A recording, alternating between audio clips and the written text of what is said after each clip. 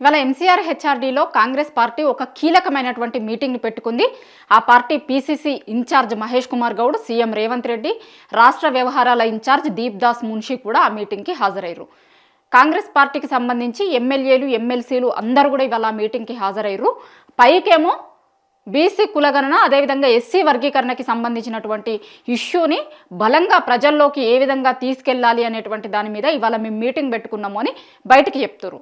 దాంతోపాటు స్థానిక సంస్థల ఎన్నికలు ఎప్పుడు జరిగినా కూడా పార్టీ ఎక్కువ గెలుచుకునే విధంగా ఏ విధమైనటువంటి వ్యూహాలతో ముందుకు పోవాలి అనేటువంటి దాని మీద ఇవాళ మీటింగ్ పెట్టుకున్నాము అని చెప్తున్నారు.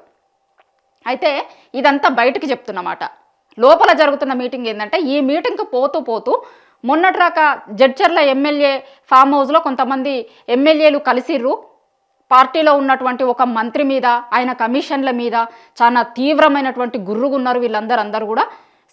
అసలు ఎందుకు ఇంత దారుణమైనటువంటి పరిస్థితిని ఎదుర్కొంటున్నాము అనేటువంటిది ఒక రకమైన తిరుగుబాటు మీటింగ్ ఏదో అనుకోవచ్చు. సో ఇంకా కొంతమంది ఎమ్మెల్యేలు కూడా ఇంకా వేరే దగ్గర కలిసిర్రు అనే రకరకాల మాటలు మనం వింటూనే ఉన్నాం రోజు కూడా. ఇంకా వేరే కొంతమంది ఎమ్మెల్యేలు ఇంకో హోటల్లో మీటింగ్ పెట్టుకున్నారు. వాళ్ళు కూడా ఆ మంత్రుల మీద, కొంతమంది మంత్రుల మీద, పార్టీలో ఉన్నటువంటి కమిషన్ల మంత్రుల మీద, కొంతమంది కమిషన్ల మంత్రులు ఉన్నారట వాళ్ళ దగ్గర, వాళ్ళే చెప్తున్నారు, వాళ్ళ పార్టీ ఎమ్మెల్యేలే చెప్తున్నారు, ఆ కమిషన్ల మంత్రుల మీద గుర్రుగున్నారు, వాళ్ళకి వ్యతిరేకంగానే మీటింగ్ పెట్టుకున్నారు అని చెప్తున్నారు.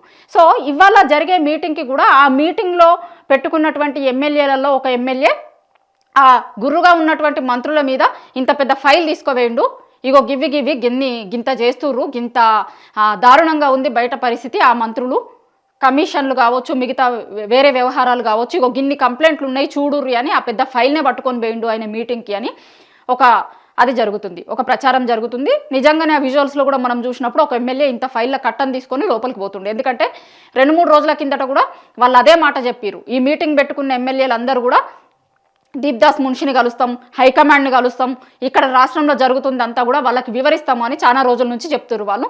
సో అదే మీటింగ్ ఇవాళ ఇక్కడ జరిగింది కాబట్టి మొత్తం ఒక పెద్ద ఫైల్ కట్టని లోపలికి పట్టుకొని పోయారు.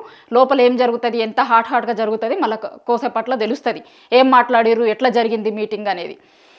దాంతోపాటు ఇప్పుడు ఓ 10 మంది ఎమ్మెల్యేలు ఇప్పటికే మీటింగ్ పెట్టుకున్నారు, ఇంకొక 10 మంది ఇంకో దగ్గర పెట్టుకున్నారు అంటారు. రేపు పొద్దున వీళ్ళని చూసి ఇంకా వేరే ఎమ్మెల్యేలు కనుక పెట్టుకోగల. ఇప్పుడు బీఆర్ఎస్ పార్టీ నుంచి వచ్చిన ఎమ్మెల్యేలు ఒక దిక్కు కోర్టు కేసు ఉంది కాబట్టి ఏదన్నా మీటింగ్లకు అటెండ్ అవ్వాలన్నా కూడా, ఇంకేదన్నా చేయాలన్నా కూడా వాళ్ళు ఒక దిక్కు భయపడుతున్నారు, మీటింగ్లకు రావాలంటేనే రానటువంటి పరిస్థితి. సో మిగతా ఎమ్మెల్యేలు ఇంకా ఇప్పుడు పార్టీలో ఉన్న వేరే ఎమ్మెల్యేలు ఎవరన్నా కూడా ఇట్లనే తిరుగుబాటు జెండా ఎగరేస్తారా, అసలు మీకు ఏమేమి సమస్యలు ఉన్నాయి, ఏం చేయాలి? ఎందుకంటే గతంలో కూడా ఒకసారి ఇట్లనే కొంతమంది ఎమ్మెల్యేలు బీఆర్ఎస్ పార్టీ నుంచి కాంగ్రెస్ పార్టీలో చేరిన ఎమ్మెల్యేలు బయటకు వచ్చి కొంత అసంతృప్తి వినిపించినప్పుడు ఏం జరిగింది మనం చూసినాం కదా. సీఎం రేవంత్ రెడ్డి పోచారం శ్రీనివాస్ రెడ్డి ఇంట్లో పార్టీ మారిన ఎమ్మెల్యేలందరితోని మీటింగ్ అయిండు.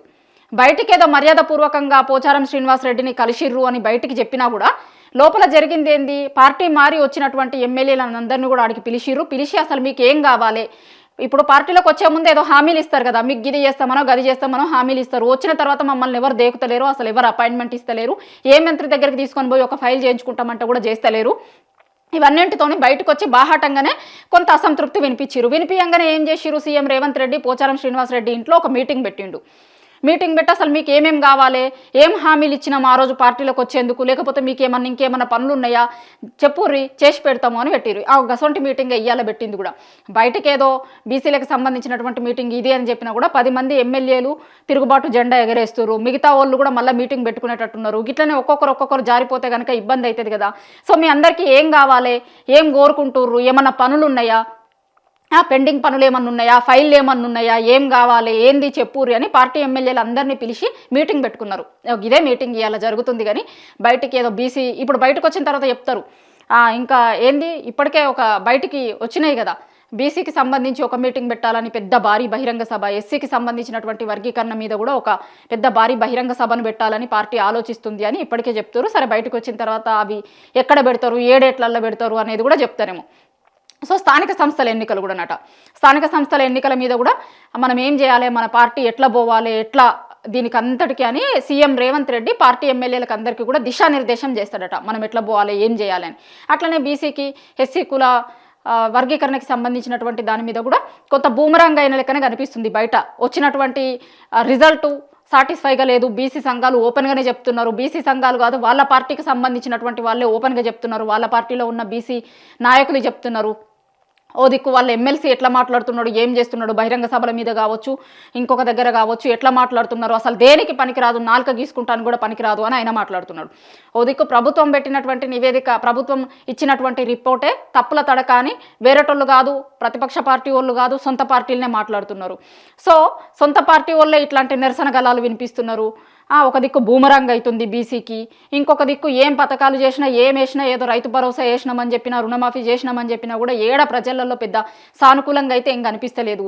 ఇచ్చినామన్నటువంటి హామీలు మొత్తం గంగల కలిసినాయి. ఇప్పటి వరకు కూడా 6 గ్యారెంటీలు ఇస్తామని అధికారంలోకి వచ్చిన తర్వాత 1/2 గ్యారెంటీ కూడా చేయలేదు అని ప్రజలు చెప్తారు. మేము చెప్పుడు కాదు, చాలా చోట్ల పబ్లిక్ బయటలకి పోయినప్పుడు చూసుంటారు మీరు కూడా. చాలా సోషల్ మీడియాలలో ఎట్లా తిరుగుతుంది, మన ఛానల్లో కూడా చాలా పబ్లిక్ బయటలు వేసినాం.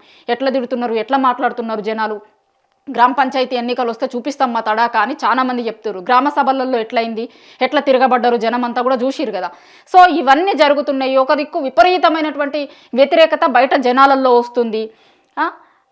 ఇంకొక దిక్కు సొంత పార్టీ ఎమ్మెల్యేలలోనే వస్తుంది. ఇంకొక దిక్కు వేరే పార్టీ నుంచి తెచ్చుకున్నటువంటి ఎమ్మెల్యేలు కూడా అంతంత మాత్రంగానే ఉన్నారు. అసలు ఏం చేయాలనో ఏం అర్థం కాక ఇలా మీటింగ్ పెట్టుకున్నారు.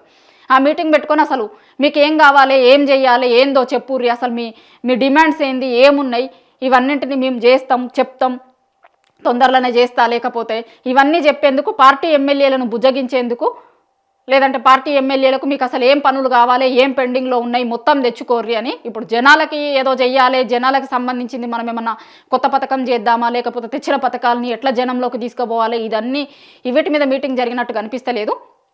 కేవలం వాళ్ళ సొంత ఎజెండాతోనే ఎమ్మెల్యేలు ఎమ్మెల్సీలకు ఏం కావాలి, ఏం కోరుకుంటున్నారు ప్రభుత్వం నుంచి, పార్టీ నుంచి అనేటువంటి దాని మీదనే ఇవాళ మీటింగ్ పెట్టినట్లుగా తెలుస్తుంది. ఎందుకంటే చాలా ఇష్యూస్ అన్నీ బూమరంగా అవుతున్నాయి కాబట్టి అసలు ఎట్లా ముందుకు పోవాలి అనేటువంటి దాని మీదనే ఇవాళ MCR HRDలో మీటింగ్ నడుస్తుంది.